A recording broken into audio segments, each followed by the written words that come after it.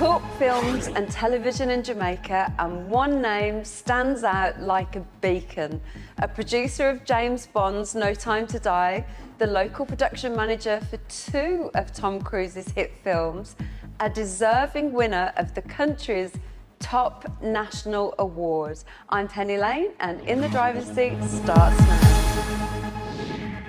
Our next guest dreamed of becoming a doctor, then a lawyer, and perhaps even a politician.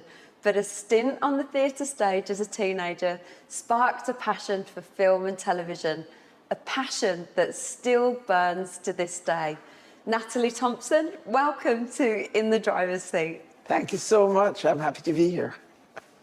Now, it seems you were growing up and you were headed in a completely different direction. What happened? You know, when you're in high school and you're studying, you think of what you should do. We had a tradition in our family that my great-grandfather was a doctor, and his son was a doctor, and my uncle was a doctor, and our generation was just, there, and nobody seemed to be turning in that direction. So I wanted to be a doctor, and then I didn't do well in the sciences in high school, and so I said, okay, I'll be a lawyer. And, it worked on that because, the professional thing. And then I got on the stage and that was it. And what was it about the theatre that grabbed you so hard? We always loved the cheering and people loving it. And, I found that I was good at acting. I always thought that I would end up performing. I actually ended up behind the camera. But and it was through performing that I was able to, bring other people's performances to the camera, and that's how it. It's hard. It's easy, put it that way, when people are cheering you, to know that that's what you want to do. Did you prefer being in front of the camera? Not really. I am basically. I was in those days basically shy. I went to study drama at university in Canada. I did go to study to be an actress. And it was there that I learned what went on behind the scenes. And I said, probably I prefer to manipulate what goes on in front rather than being there myself and, trying to do it well. My father said to me, what are you going to be?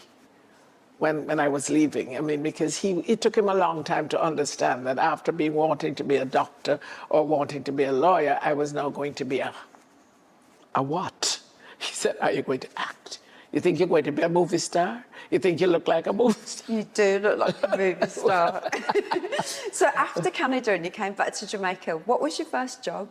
My first job was as a director of commercials. Oh, I got really? right into my chosen profession.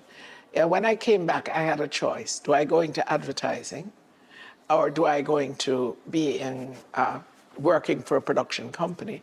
And I went straight into being a director. I was hired at 20. 20 years old because I graduated early from university as a director and as an assistant director in a production company. And I have just stayed in that profession. I'm one of the few people that I know that have never left. Never left it. What do you think they saw in you at 20 to achieve that? It's fantastic. It was, I was given the opportunity by this producer, this director who was in Jamaica, an English director who was in Jamaica, looking for somebody to just, sort of work with him and take off some of the load. And I started with him, and he threw me right into the deep end. Direct this commercial. And what commercial was it?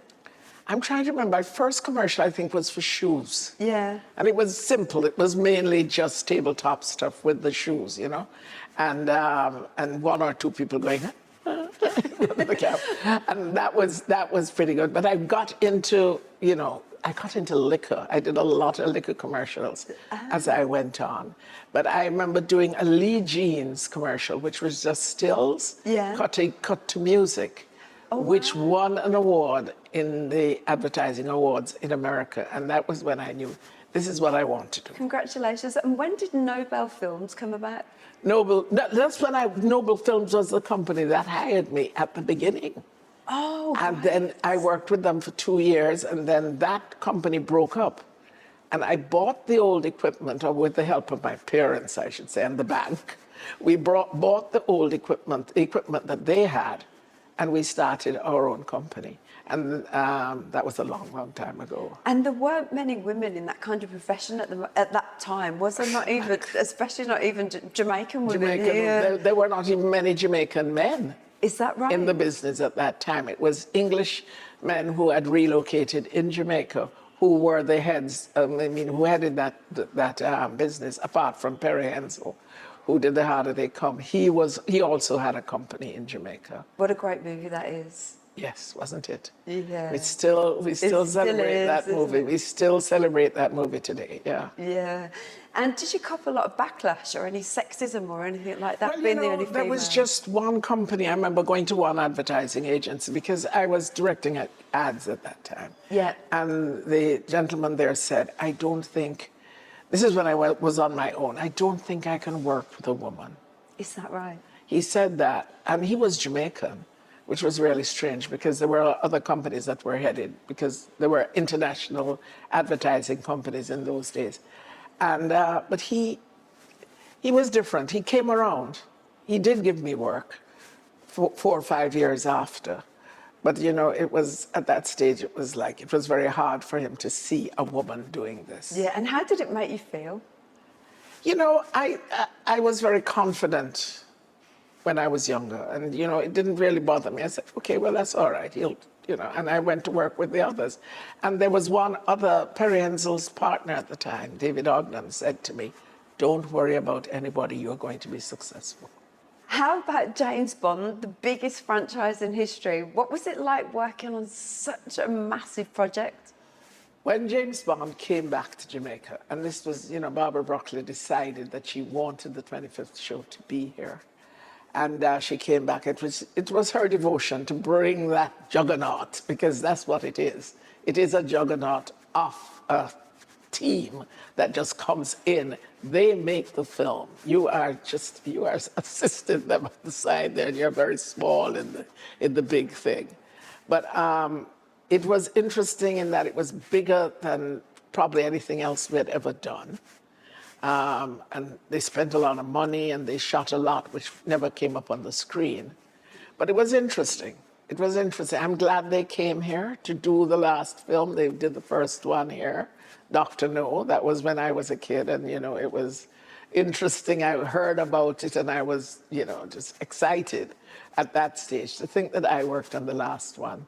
I think that will go with me until the end, At what point in your career did you sit back and think, yes, I've made it? I don't think I've made it yet. Really? No, as a creative, when you're working on films and working on other people's films and other people's creative, you think of, when am I going to make my own film? And I think that is what has missed me. I don't think I'm going to do it now, because making your own film is such a challenge, and a challenge mentally and physically on you, that I don't think I will do it again. But I think I could have been successful making 1 or 2 independent films of my own, that I could say, I directed these films. But, making a feature film, that would be when I would say, I have now made it. No, I think... And I didn't do it. And, you're afraid, you hold back, you don't push yourself forward to go and do this creative thing, because you know what it takes. You know what the money it takes. You don't want to waste anybody's money. You've gone with independent filmmakers in Jamaica who have tried to do it, and you know it hasn't made back the money. And you fear that you are going to fail in that way. But I can't say I have made it, because I did not make that feature film. What film would it have been if you did make one? I would love to have made a comedy. Yes. I would have loved to have made something funny, because we in Jamaica, we're very funny people. Oh, so funny. And we are funny people, but we don't go out and make funny films. So what does success look like for you? Success means to me 50 years. 50 years this year on that Cinecom Productions, which is my production company, started. And even me thinking about it, I'm saying, wow, I don't think I'm 50 yet. So 50 years in the business is something, to me, Yeah. amazing. Have you got any advice for anybody out there thinking about getting into the film industry? The film industry is a changing industry. And you have to understand that once you get into it, you can't be set in your ways.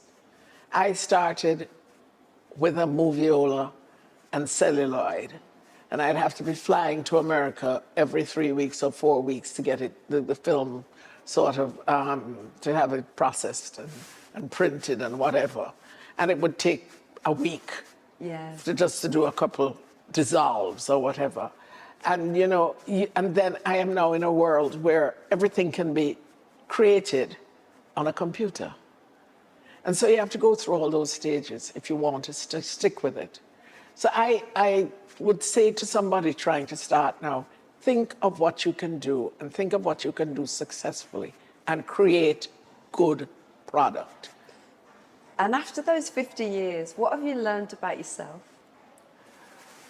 Well, the one thing I knew, I thought at the beginning of this that I would have a large family and I would still keep working.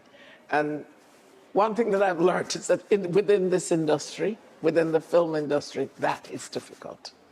What I'm doing, it has been difficult for me to settle down and, you know, have a family life and a business life. So I have stuck to the career.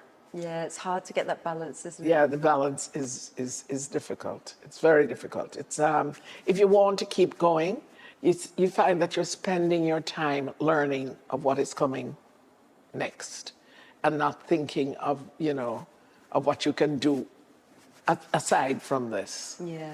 But you have to, you know, also... In the you know, driver's seat is brought to you by the Perfect Cosmetics Company. This is Tika, I thought I'd be and more we'll creative. be right I back. thought I would have written more, because that was a part of me when I was at college. I was writing. Is there a book in you? I don't know if there's a book. I think there are a couple of screenplays that I will at least tell the story and have a screenplay, a screenwriter write them. But I think there are a couple of those. I don't know if there's a book in me. A book takes a lot more focus than I think I have I can't in front of a computer. I can't believe that we're out of time. What an incredible career and what an incredible lady you are. Thank you so much for joining me, Natalie. Thank you so much for asking me. I'm amazed. I'm never on this side of the camera. As you can see, I'm a little uncomfortable, but thanks a lot. I appreciate it. You're watching In the Driver's Seat, live from Jamaica. I'm Penny Lane, you're watching Tika, and we'll be right back.